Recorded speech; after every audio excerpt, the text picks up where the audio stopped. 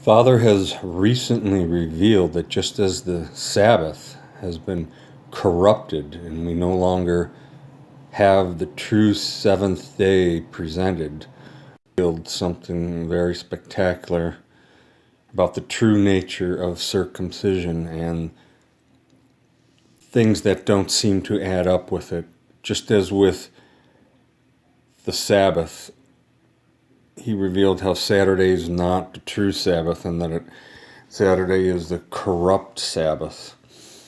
And we need to find his true Sabbath, and I have presented the evidence that Wednesday is the true Sabbath, the true seventh day. We're going to start looking at the truth about circumcision. From all appearances, circumcision is first mentioned in Genesis, having to do with Abraham in chapters 17, verses 10 through 13. And then later on, it is mentioned in Leviticus 12:5, claiming that, babies must be circumcised, male infants, after 8 days. So this presents some problems. If it appears that circumcision is for covenant with Father, and that circumcision is the sign of this covenant with Father, our Heavenly Father, why is there no corresponding type of action for females? There's nothing presented along with what happens to males, so you're just left with not knowing if there's anything or if there should be anything for females. And why is it as an infant that this must happen? No clear explanation as to why. And again, why is it happening only at the time of Abraham, and it doesn't appear to be happening prior to that? Over the years, I have gotten bits and pieces of understanding about circumcision, insights into various aspects of it, but not until just recently has the whole thing come all together and clearly see what the lying pen of the scribes have done. They have altered it all so we don't see the truth of this. So what they did is changed who the covenant of circumcision is in regards to. They've made it appear that it is part of the large covenant with Father, when in reality it is a lesser covenant, a covenant on an individual basis. What I'm getting at is that this is a covenant between a husband and his wife. It is the covenant of marriage. Father put in the design and creation of the male and female, the foreskin for the male and the hymen for the female. The male, upon deciding to marry, when it's at that time to go to the final steps after the betrothal, to have the wedding ceremony, the vows being declared, weeks before this, the male would circumcise as a sign of the marriage covenant. That the night of their wedding, the woman would have her part of the sign of the covenant with the tearing, the circumcising of her hymen. And so now we see both parts, for the male and the female, involved in what this is intended for. It's intended for the marriage covenant.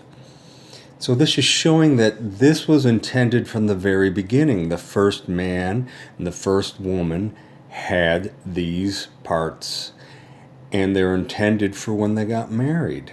So that first man, when he was put to sleep, he was circumcised because his wife was being created, and he was entering into a marriage with her. So this shows that, as the scriptures say, Father is the same yesterday, today, and tomorrow. Circumcision was ordained from the very beginning. It is actually ingrained. It is part of our makeup. The foreskin of the male and the hymen of the female. These are intended for later use in entering into the covenant of marriage. So now we see that since this is a covenant between a husband and a wife, why it would not be for an 8-day-old male infant to be circumcised with the foreskin removed? This is something that is to be done to an adult male who's making the decision to marry a certain woman, to go into covenant with her. So the lying pen and the scribes, we again are finding what they have done to hide the true meaning of this. And part of the reason why is because when you see the true purpose of this covenant on the circumcision, you then can see the higher level covenant that we have with Father. And I'll get into this and explain that later, but we'll continue the discussion here about the intended purpose and what this shows. So again, with this proper understanding of what circumcision is about, circumcision is describing both the male and the female part of the covenant. The male is the circumcising of the foreskin, the female is the circumcising of the hymen to enter into the marriage covenant, the marriage contract. Both are signs of the covenant, and they are signings. Both parties are signing into this marriage agreement.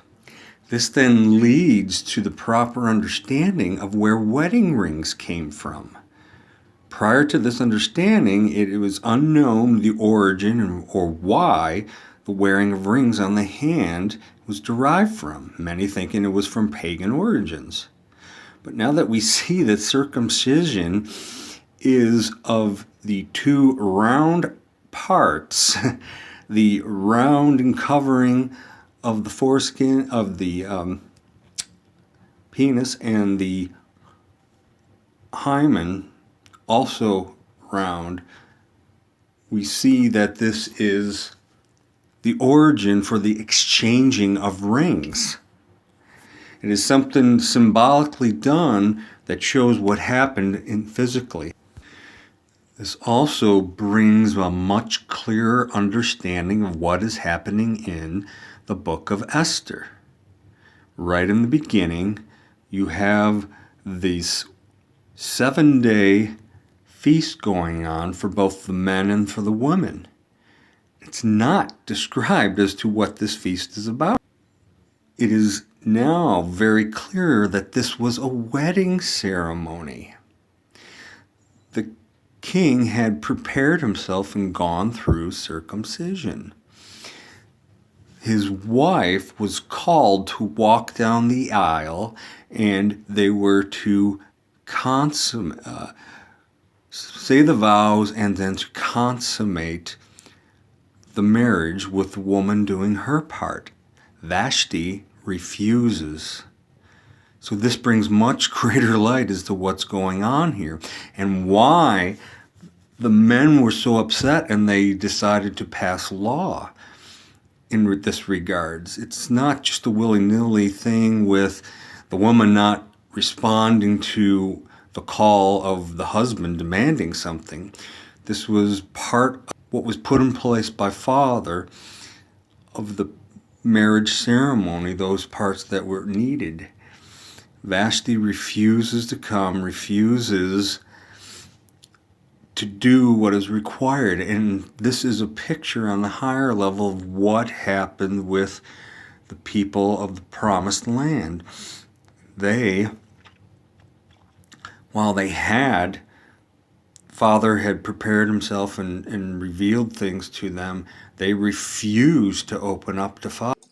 There is much more that this shows in the spiritual level. But without going into that, going back to what was shown here, this is about the marriage covenant. This is what circumcision is. Father, again, created it from the beginning. The foreskin is unique only to human males. It is not in mammals. Not that humans are mammals. I don't believe in evolution. And the hymen, in its function and how it is used, is unique in female humans. Father put these in place, and they are to be utilized when understood as He directed, to be used in the covenant of marriage. Blessings.